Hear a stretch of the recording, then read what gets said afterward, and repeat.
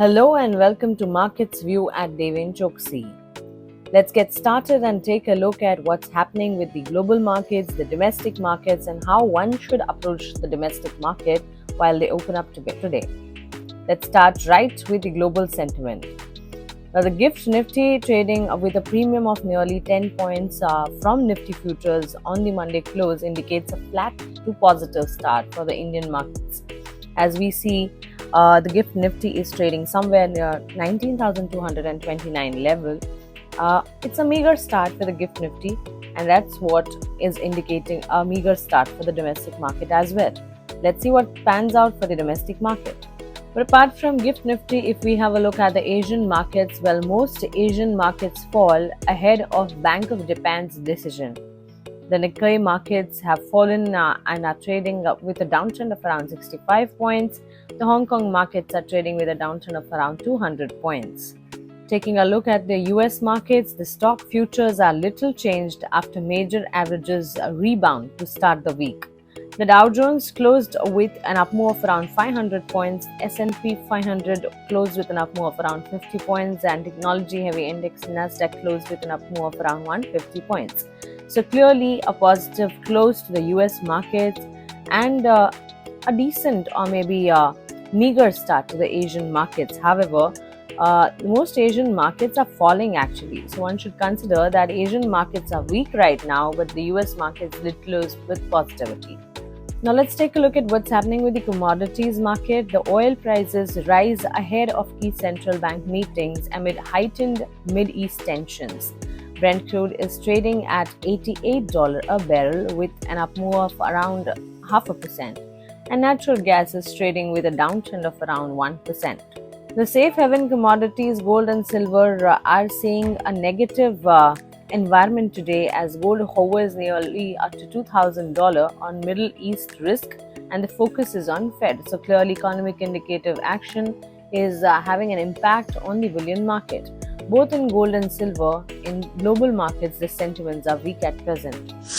So let us now take a look at how the trade setup for today's session for domestic market looks like, and we take of course the cues from the global sentiments and also how the markets closed, the domestic markets particularly in the yesterday's session. Now the market extended its upward journey for another session on 30th October, that was yesterday, but will that northward move continue in coming sessions is a question one needs to ask. Well, possibly there are chances that the move and the northward up move might continue if the index decisively surpasses its hurdle of 19,250 to 19,300 area in coming sessions. Otherwise, definitely the range-bound trade may continue. One needs to also consider that the clearing and holding above this resistance of 19,250 to 19,300 can open doors for 19,500 on the upside is what one needs to watch out for.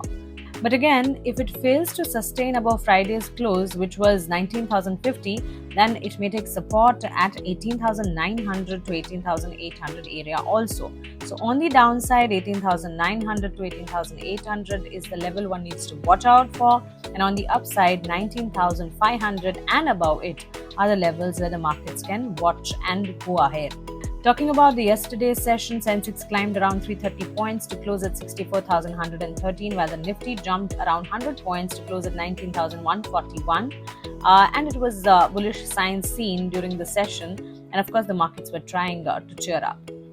It is clearly seen that despite the broader negative outlook due to prevailing downtrend, the possibility of a pullback exists, potentially taking the index to 19,300 mark.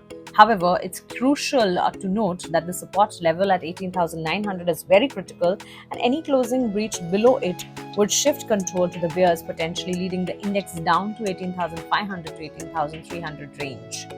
So this was how the Sensex and Nifty looked like, but the broader markets had a flat closing on the first day of the week, while the volatility index, that is India VIX, rose by around 5.3% to 11.49 levels.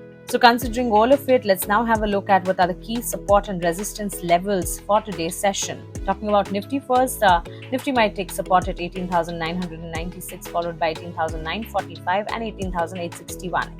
While on the higher side, 19,163 can be an immediate resistance, followed by 19,215 and 19,298. Talking about Bank Nifty, yesterday the Bank Nifty too continued its uptrend for the second straight session, rising around 257 points to close at 43,039. Of course, bullish signals were seen in Bank Nifty, banks and financials particularly as well, showing a good recovery from the day's low. If the index can maintain levels above 43,000, there is potential for further gains in the range of 43,500 to 43,800. So these are the levels one needs to consider. However, the immediate support for Bank Nifty is seen at 42,800. Let us now take a look at what are the important results which will be coming in today and which one needs to observe for the day. During the session, L&T, Bharti Airtel, Tata Consumer, IOCL, Arvind Fashion, Adani Total Gas, Care Ratings, DCB Bank, 5-Star Business Finance, along with it, a few other also will be coming, as in Naveen Fluorine, Nuvoco Vistas, PNC Infratech, Rights Limited, VIP Industries. So this is a list of the important numbers one needs to witness during the session. However, there is a list of cash numbers also which will be coming. Important days, the result specific action is clearly seen in the market as we see the list of numbers coming in from Nifty space, FNO space, and of course cash has always a long list. Now let's take a look at the stocks in news. To start with TVS Motor Company, the 2 and 3-wheeler company has recorded a standalone profit, 536 crore, rising around 32% on a year-on-year period.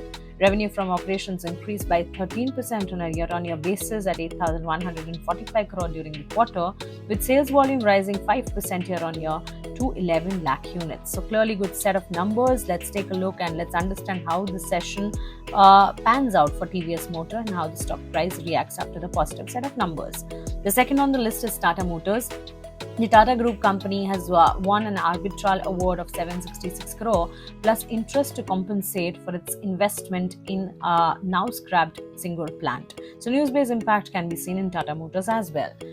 We also need to have a look at Bajaj Hindustan Sugar, as the UP-based sugar company has received 1,661 crore in the respective escrow account maintained exclusively for cane price payment for each of its 14 sugar units from Uttar Pradesh Power Corporation, a different one, and that's the reason Bajaj Hindustan Sugar will be in focus on the news-based impact.